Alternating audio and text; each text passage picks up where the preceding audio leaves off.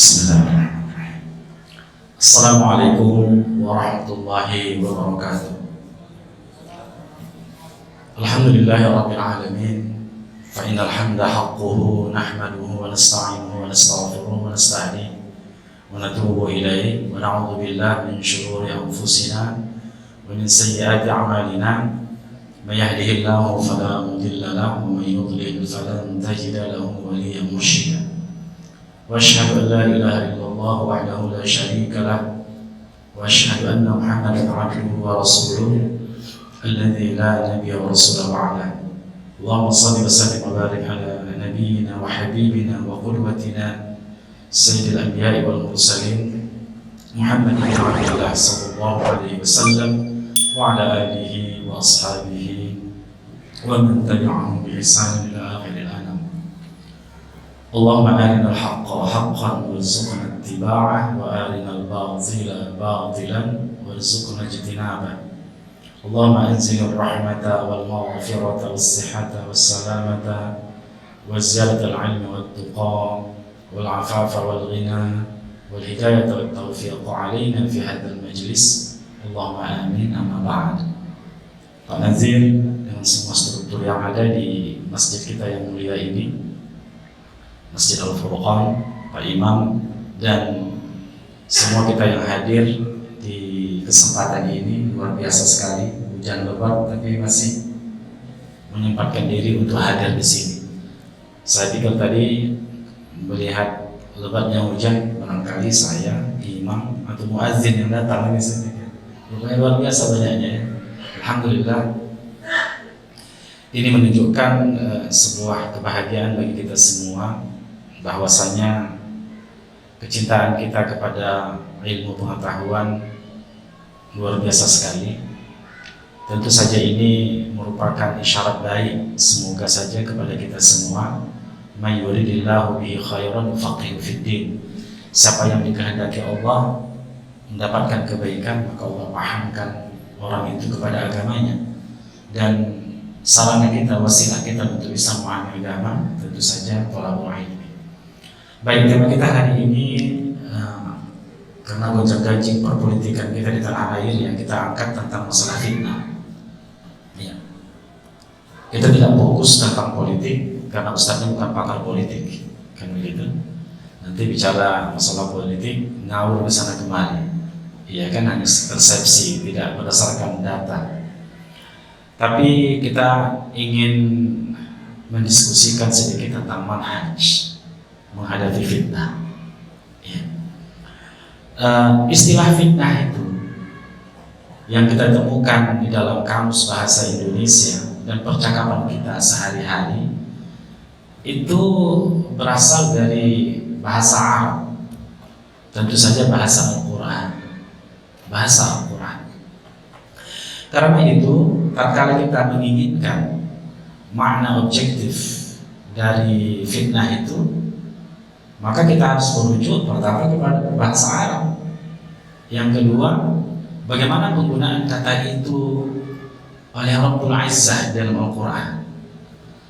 Oleh sebab itulah, maka pada kesempatan ini kita akan melihat derivasinya. Yang kedua, kita ingin mengetahui tentang macam-macam fitnah agar kita mudah membaginya, mengkanalisasi persoalan kita hari ini. Dan selanjutnya adalah sifat atau karakter fitnah itu seperti apa? Bagaimana karakter fitnah itu? Kenapa harus tahu kita? Supaya tahu kita, oh kalau begini rupanya fitnah ini, kan begitu. Bisa kita inventarisir persoalan-persoalan yang muncul di tengah-tengah kita. Dan nanti mau solusinya, tapi saya yakin, tak yakin gitu maksudnya, tak akan bisa kita bahas karena pembahasan kita hanya sampai soal Isya ya. Sementara ini harus membahasnya dalam satu daurah, kan begitu. Oleh sebab itu tema-tema inti saja akan kita bahas pada kesempatan ini. Baik ikhwah yang mati Allah Subhanahu wa taala, kalau kita merujuk ya ke dalam bahasa Arab, kata fitnah itu bisa bermakna ibtila wal ikhtibar, ujian, cobaan. Dan pada umumnya fitnah itu adalah ujian bagi kita, cobaan bagi kita. Namun kalau kita rujuk pada Al-Quran, ada sedikit perbedaan penekanan, aksentuasi antara kata fitnah dan kata bala. Kalau bala itu dia lebih berorientasi pada fisik, iya kan? Pada fisik, pada harta, pada tubuh kita, penyakit, atau kekurangan makanan dan sebagainya. Tapi fitnah ini lebih menekankan pada kerangka berpikir, pada manhaj, pada metodologi memahami, pada akal kita. Ini lebih banyak penekanannya pada hal itu. Namun kedua kata ini memang bisa saling menggantikan memang. Kadang-kadang kata fitnah menggantikan kata bala menggantikan kata fitnah. Tapi sekedar ingin melihat penekanan-penekanan dari kedua istilah yang kita temukan di dalam Al-Quran, kan begitu. Baik. Fitnah itu adalah sunnah kauniyah Allah. Masih ingat apa yang dimaksud dengan kauniyah? Sunnah kauniyah yaitu berlangsung di alam semesta ini menjadi hukum kehidupan. Hukum kehidupan. Hukum ciptaan Allah Subhanahu wa ta'ala. Karena Allah katakan, ahasiban nas an yutraku an yaqulu amanna wa hum la yuftanun. Apakah manusia itu mengira kami biarkan saja mereka? Mereka mengira kami akan biarkan aja mereka itu ayyaqulu. Mereka mengatakan amanna, kami beriman. Wa hum la yuftanun. Mereka tidak akan mendapat fitnah. Mereka tidak akan diuji oleh Allah Subhanahu wa ta'ala. Tidak. Sudah menjadi hukum kauniyah. Sunnatullah. Ya. Manusia tatkala dia menyatakan keimanannya, mengikrarkan keimanannya dengan syahadat, dia akan diuji Allah, akan diuji oleh Allah. Siapapun orang itu, bahkan semakin tinggi kedudukannya, maka semakin tinggi ujian. Syaddul bala indan nas al-anbiya tsumma al-amsal fal-amsal. Manusia yang paling dahsyat ujiannya adalah para nabi. Kemudian siapa? Baru di bawah itu dan di bawah itu. Oleh sebab itu kita semua ya, jangan menganggap bahwa diri kita lah yang paling berat cobaan. Ya. Kalau dari sudut pandang subjektivitas kita memang, karena kita tak merasakan sakitnya orang, kan begitu. Tak merasa bagaimana ujiannya orang. Kita rasakan kalau Ustaz enak aja dia ya. Tak jadwalnya pun datang dia ke masjid itu. Iya kan? Banyak kali luang waktunya kan begitu. Aja dia tak tahu dia bagaimana masalah Ustadz itu. Saya pun juga melihat begitu. Abang Anda saya lihat tenang-tenang aja. Terbang ke Jakarta, terbang ke Aceh kemana, banyak kali lah duitnya kan begitu. Bapak pun juga begitu kan. Padahal sebenarnya semua kita diuji oleh Allah Subhanahu wa ta'ala. Diuji oleh Allah Subhanahu wa ta'ala. Karena itu sudah menjadi sunnah kauniyah sebagai seorang makhluk. Namun bagaimana kita menghadapi ujian itu problem. Dan di antara ujian itu tadi adalah fitnah. Di dalam Al-Quran juga kita melihat ya, ada beberapa istilah yang menjadi penekanan kata fitnah itu. Yang pertama sekali, kata fitnah itu digunakan untuk pengertian syirik. Maka fitnah itu adalah asyirk. Al-fitnatu huwa asyirk. Fitnah itu adalah kesyirikan. Dan memang inilah fitnah yang paling besar. Dan semua syaitan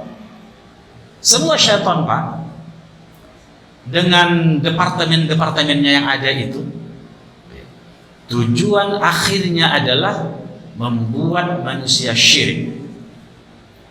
Kalau tak syirik pada asma wa sifat, memahami nama-nama dan sifat Allah, syirik pada rububiyah. Ya. Betapa banyak orang hari ini itu tidak bergantung kepada Allah, tapi bergantung kepada manusia, bergantung pada jabatannya, bergantung pada perusahaannya, bergantung pada tokehnya, bergantung. Dan ketika mereka menuntutnya untuk taat kepadanya, taat mereka sepenuhnya tanpa eksepsional, tanpa pengecualian. Seakan-akan jadi Tuhan mereka. Ada yang begitu tidak? Kemungkinan besar itu ada. Syirik pada rububiyah. Atau yang lebih parah lagi, syirik pada uluhiyah. Sehingga menyembah selain Allah Subhanahu wa ta'ala.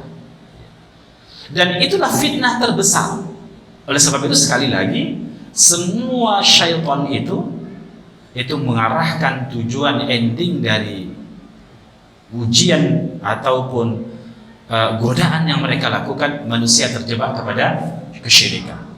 Dan Allah katakan memang wal fitnatu asyaddu minal qatl. Hal yang paling besar menurut kita, kejahatan yang paling besar karena kan adalah membunuh manusia, menghilangkan nyawa manusia. Dia kehilangan simpati kemanusiaan, empati kemanusiaan, dan perasaan kemanusiaan. Kan begitu. Sanggup dia membunuh orang lain, sementara dia juga manusia. Makanya hari ini kita tidak bisa memahami bagaimana Yahudi itu menghabisi Palestina. 60.000 orang hari ini yang sudah wafat. Coba kita bayangkan, 60.000 orang lebih. Kemarin 800 orang pertambahan. Bagaimana sisi kemanusiaan sukar untuk kita cerna. Tapi kata Allah Subhanahu wa ta'ala, wal fitnatu asyaddu minal qatl. Fitnah di situ adalah asyirku. Kalau kita baca tafsir Ibnu Katsir, tafsir yang lain adalah kesyirikan. Problem kemanusiaan kita itu satu problem yang luar biasa sekali ya. Tentang Palestina kan. Ya. Kita yang bisanya berdoa saja kan begitu. Paling-paling mengumpulkan rupiah sedikit. Itu pun sebahagian kita kadang-kadang ada yang berpikir tentang 3 tahun ke depan saving hartanya sehingga tidak mau membantu saudaranya. Ikhwah yang dirahmati Allah Subhanahu wa ta'ala. Itu yang pertama. Itu fitnah yang pertama, asyirk. Maka semua fitnah yang ada ini mengacu kepada kesyirikan kepada Allah Subhanahu wa ta'ala. Endingnya di situ. Kemudian fitnah itu juga bermakna al-kufru. Al-kufru artinya keingkaran kepada Allah Subhanahu wa ta'ala, baik itu kufur i'tiqadi maupun kufur amali. Kalau kufur i'tiqadi itu apa? Kafir dia dalam akidahnya. Ya, ini keluar dari Islam ini. Yang kedua kufur amali. Tak sampai dia keluar secara i'tiqad dari Islam, tapi amalnya macam orang kafir memang. Apalah bedanya sama orang kafir? Salat pun tidak dia. Misalnya begitu kan? Al-farqu bainal musyrik, bainal mu'min wal musyrik itu apa? As-shalah kan? Yang membedakan di antara seorang beriman dan orang musyrik itu adalah salat. Bayangkan dia muslim tapi tak salat. Misalnya begitu. Itu baru kufur amali. Baik ya. Kemudian juga azan nas, yaitu mencelakai manusia, menyakiti manusia. Itu kita temukan juga dalam surah Al-Ankabut ayat 10. Ada makna lagi at-ta'dzib bin nar, azab. Surah Al-Buruj ayat 10. Ada lagi maknanya adalah al-qatal. Itu tadi yang kita sebutkan juga ya. Dan ini bisa dilihat pada surah An-Nisa ayat 101. Dan al-udul 'anil haq. Itu fitnah juga. Lari dari kebenaran. Jelas di hadapannya kebenaran, tapi dia tidak memilih kebenaran itu, yang dipilihnya yang lain. Pertimbangannya apa? Nanti kita bahas. Fitnah itu terjadi disebabkan 2 hal. Yang pertama adalah syubhat. Syubhat pemikiran. Yaitu kerangka berpikir, paradigma yang dibangun dalam memahami kehidupan ini, dalam memahami agama, dalam memahami segala sesuatu yang berhubungan dunia dan akhirat. Itu syubhat. Dan ini berbahaya, ikhwah. Ketika seseorang sudah diterpa oleh syubhat pemikiran, maka dia akan merespon segala sesuatu sesuai dengan apa yang ada dalam pemikirannya. Munculnya kesyirikan itu kan syubhat bagi orang-orang kafir Quraisy. Tuhan itu sesuatu yang sangat sakral, sehingga kita tidak bisa langsung beribadah kepadanya, harus pakai agensi. Iya kan? Kalau kita minta dulu melalui siapa? Lata, Uzza, wa Manata, wa Hubal, wa Ya'uz, wa Ya'ud, dan seterusnya. Ini kan syubhat pemikirannya, rusaknya pemikirannya. Dia mau meminta kepada Robnya harus melalui berhala itu. Itu syubhat pemikiran. Keliru dia memahami kaifiat ibadah, hakikat ibadah.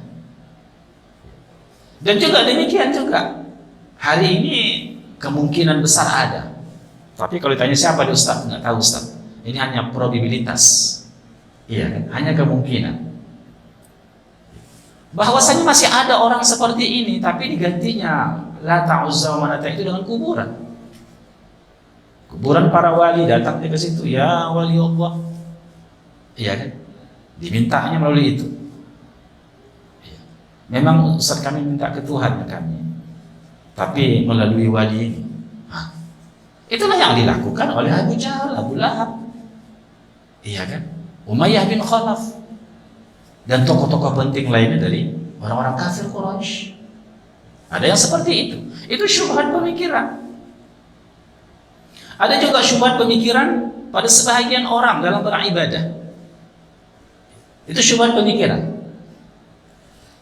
Dia merasa dia punya hak untuk menambah, merekayasa satu ibadah itu dalam taqarrub ila Allah.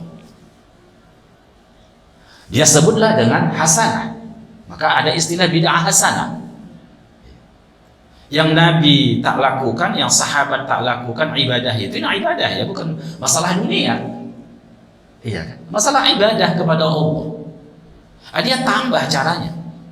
Dan dia anggap penambahan itu baik. Dan dia anggap penambahan itu sesuatu yang mendatangkan pahala. Lebih baik. Itu syubhat pada pemikiran. Ustaz sepakat dengan bid'ah hasanah. Tapi dalam perkara dunia. Iya kan? Ini laptop ini karena tabnya rusak, Pak, laptop kembali besar-besar kan begitu. Ini bid'ah ini. Kalau dari segi bahasa nggak ada di zaman Nabi laptop, ya kan begitu kan? Lalu mereka mencampur adukkan antara sesuatu yang maslahat dunia dan masalah ibadah. Masalah ibadah. Kalau ini ada bid'ah hasanahnya, kan begitu? Kenapa dalam ibadah nggak ada? Kan begitu. Dan inilah tidak mengkategorisasikan, itu syubhat dalam pemikiran. Dan juga nanti ikhwah banyak hal. Ya, karena waktu kita terbatas, singkat-singkatlah kita bahas kan begitu. Itu fitnah yang terjadi bagi kita, yaitu disebabkan oleh syubhat pemikiran. Maka itu menggiring seseorang. Seperti tadi. Iya kan? Mereka menganggap para wali itu punya rububiyah. Kalau ada yang seperti itu, kalau tidak ya alhamdulillah. Iya kan? Memiliki rububiyah.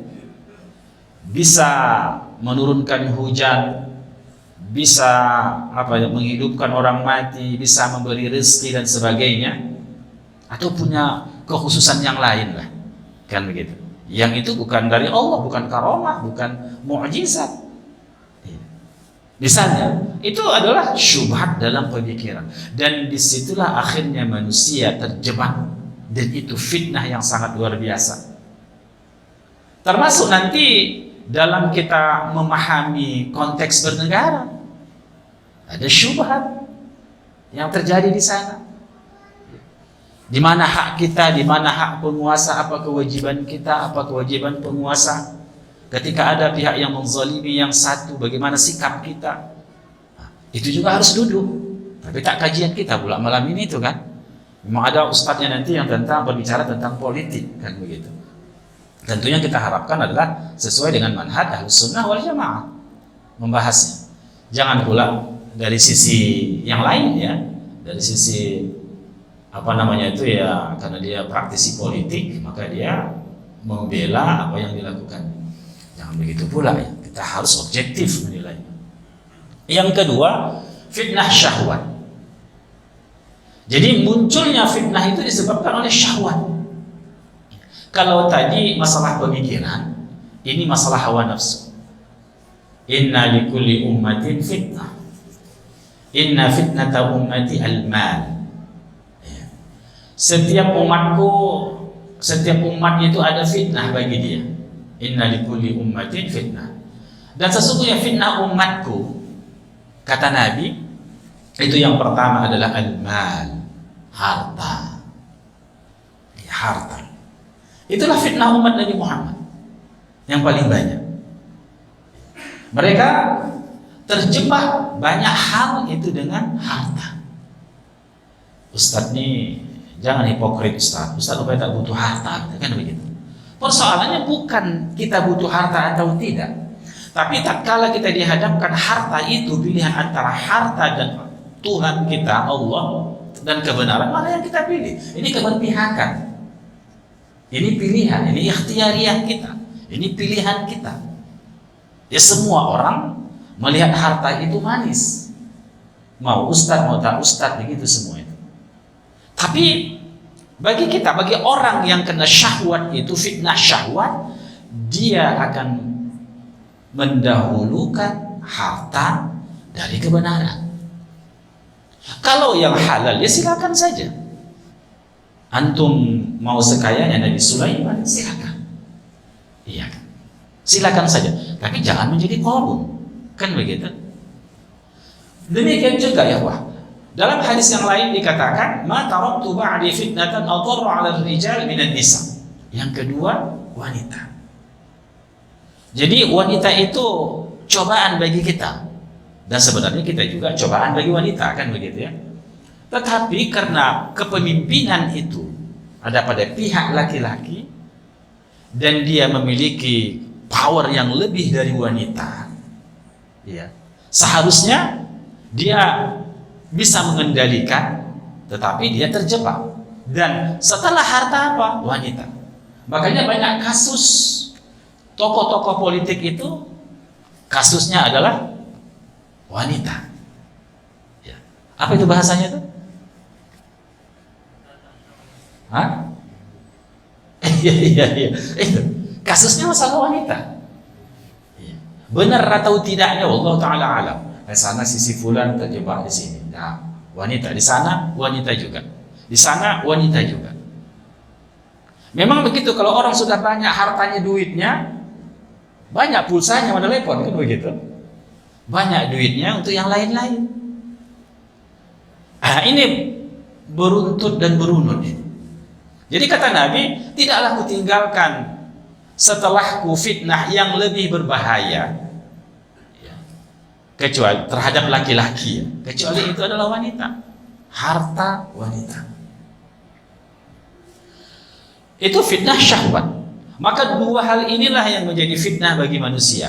Kalau tidak syubhat, makanya Bapak dan Ibu yang dirahmati Allah Subhanahu wa taala, makanya ada manajemen syubhat, ada manajemen syahwat. Ada manajemen syubhat. Bagaimana manajemen syubhat itu? Manajemen syubhat itu ikhwah, kembali kepada asasnya, kembali kepada contoh kejadian, kembali kepada sejarah. Bagaimana, apa asas kita sebagai seorang yang beriman kepada Allah? Ya Al-Quran dan Sunnah. Itu yang pertama. Jelas sumbernya itu. Yang kedua, bagaimana memahaminya? Cara memahami itu perlu. Sebagaimana sudah kita bahas dalam kitab kita. Apa kitab kita, Pak? Ya? Mana ini yang tukang syuting ini kan? Sering itu. Iya, tentang madhab talaqqi ya. Manhaj talaqqi. Iya. Jadi ikhwah yang dirahmati Allah SWT, bagaimana memahaminya? Karena setiap kelompok akan mengatakan Al-Quran dan Sunnah. Tapi cara memahaminya seperti apa? Ini problemnya. Sumbernya dari mana? Ya kembali kepada salaf kita. Bagaimana para salafus salih itu memahami? Setiap kita punya salaf. Ada salafnya sahabat, tabi'in, tabi'un tabi'an, ulama-ulama madhab. Ada salafnya itu Mu'tazilah. Ada salafnya Jaham bin Safwan. Karena sahabat tak ada mengatakan begitu. Iya kan? Tabi'in tak ada mengatakan begitu. Ulama mazhab juga tidak mengatakan begitu. Tapi yang mengatakan begitu Jaham bin Safwan, Ma'bad misalnya, itu yang pertama mengatakan, iya, yang menolak sifat-sifat fi'liyah Allah Subhanahu wa taala seperti istawa 'alal 'arsy, an-nuzul. Kan begitu? Siapa yang pertama? Tokoh Mu'tazilah, tokoh Qadariyah. Itu yang pertama mengatakannya. Maka itulah salafi. Iya kan? Mengambil dari situ. Baru berkembang belakangan, menambahkan dalil, sedikit merevisi, kemudian ada elaborasi. Nah, begitulah seterusnya. Demikian juga perkara-perkara yang lain, ikhwah rahmati Allah Subhanahu wa taala. Itu pada syubhat pemikiran. Di syahwat begitu juga. Fitnah itu datangnya dari syahwat. Betapa banyak keilmuannya tinggi. Ya, keilmuannya tinggi. Dia tahu mana yang benar, mana yang salah, tapi terjebak. Disebabkan apa? Syahwat tadi. Ingin kedudukan. Misalnya saja dia tahu ini penipuan. Iya kan? Penipuan. Tapi diambilnya juga itu. Diambilnya juga. Contoh kasus lah. Ini ada sebuah penelitian misalnya. Ini yang boleh semua untuk penelitian itu. Iya kan? Nggak boleh ada saving untuk pribadi kan begitu. Lalu dimangkapnya lah. Iya kan? Penelitian itu begini dan begitu. Nah, yang dananya yang 50 juta, masukannya 100 juta dan seterusnya. Dia orang cerdas tidak? Orang cerdas. Ya. Tapi dilakukan seperti itu. Masa awak pula meneliti tak ada apa namanya itu? Tak ada untuk awak kan gitu kan? Hadi ikuti ritme itu. Habis. Terjebak di situ. Jadi ikhwah itu apa? Disebabkan apa? Orang tergelincir. Fitnah syahwat. Begitu juga terjadi perzinahan dan seterusnya. Itu apa? Syahwat. Kadang-kadang syahwat berhubungan dengan syubhat. Ini agak sedikit vulgar lah ya. Tapi untuk mencontohkan itu agar kita jangan terjebak dengan fitnah ini. Banyak pendapat yang terjadi. Banyak pendapat yang terjadi.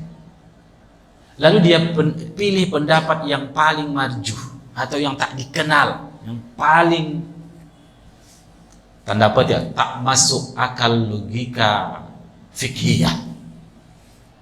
Kira-kira begitu. Saya Ustaz nggak berzina saya.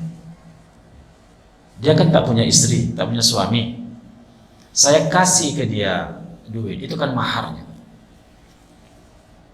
Saksi itu kan tak wajib, katanya begitu. Wali itu gak wajib katanya.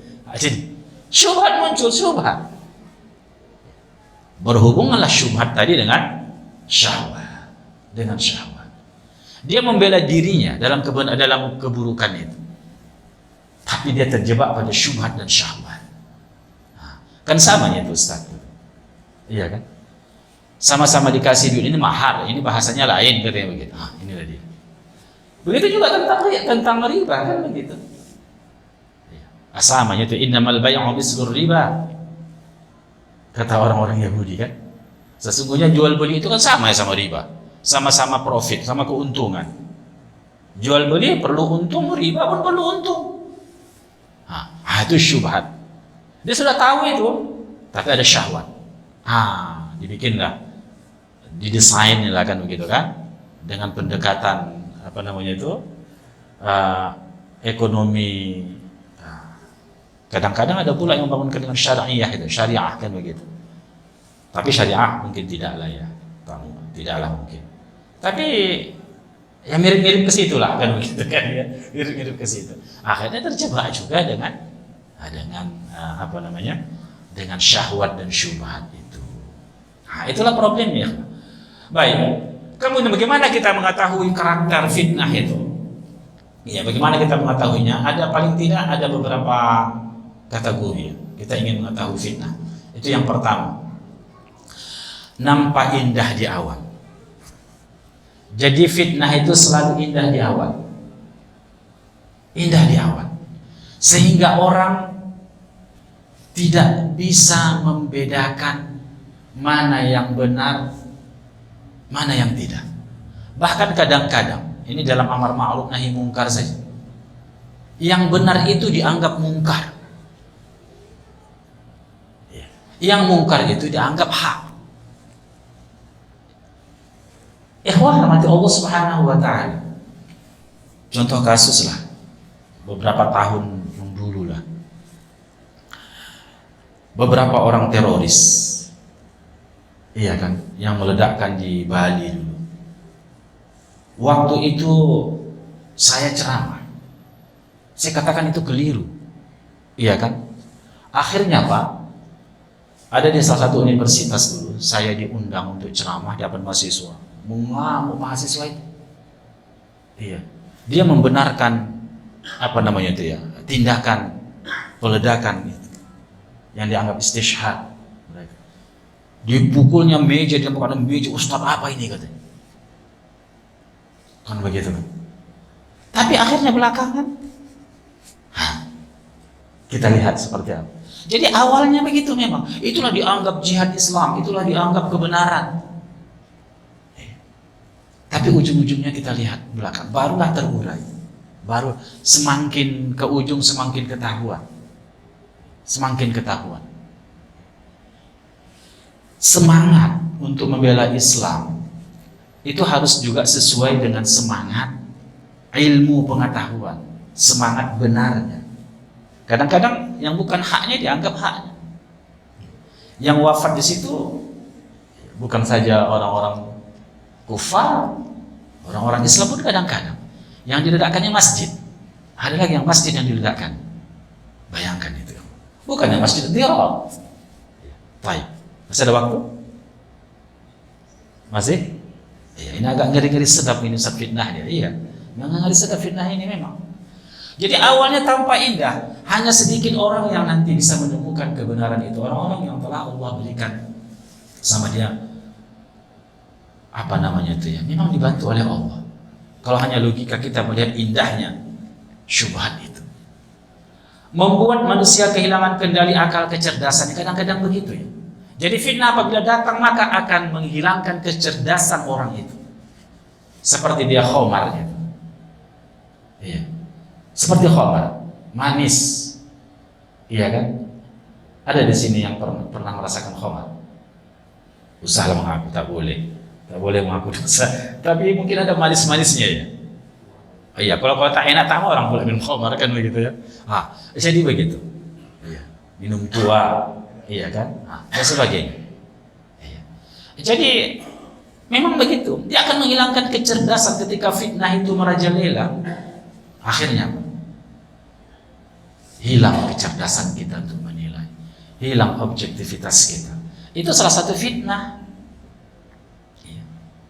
Wattaqu fitnatan la tusibanna alladhina zalamu minkum. Takutlah kamu kepada fitnah yang tidak akan menimpa hanya orang zalim saja, khassah, secara khusus semuanya kena. Karena manis tadi dilihat, inilah kebenaran, ini apalagi dia mayoritas. Jadi tertutuplah di situ. Kemudian ketiga, cepat menjalar dan sulit dipadamkan. Cepat menjalar dan sulit dipadamkan. Itu karakter fitnah. Kenapa? Karena sesuai kadang-kadang dengan logika sederhana. Semangat berpihak akhir cepat menjalar dan sukar dipadamkan. Karena mengikuti apa? Selera orang banyak. Dan berikutnya adalah samar saat awal. Awalnya datang itu samar, tapi akhirnya nanti jelas. Kalau dia bukan samar-samar, bisa kita berpihak ini yang benar, ini yang salah. Kalau bukan samar ya, tapi ini samar-samar dia, samar-samar. Bagaimana kita memilihnya? Nggak tahu kita memilih.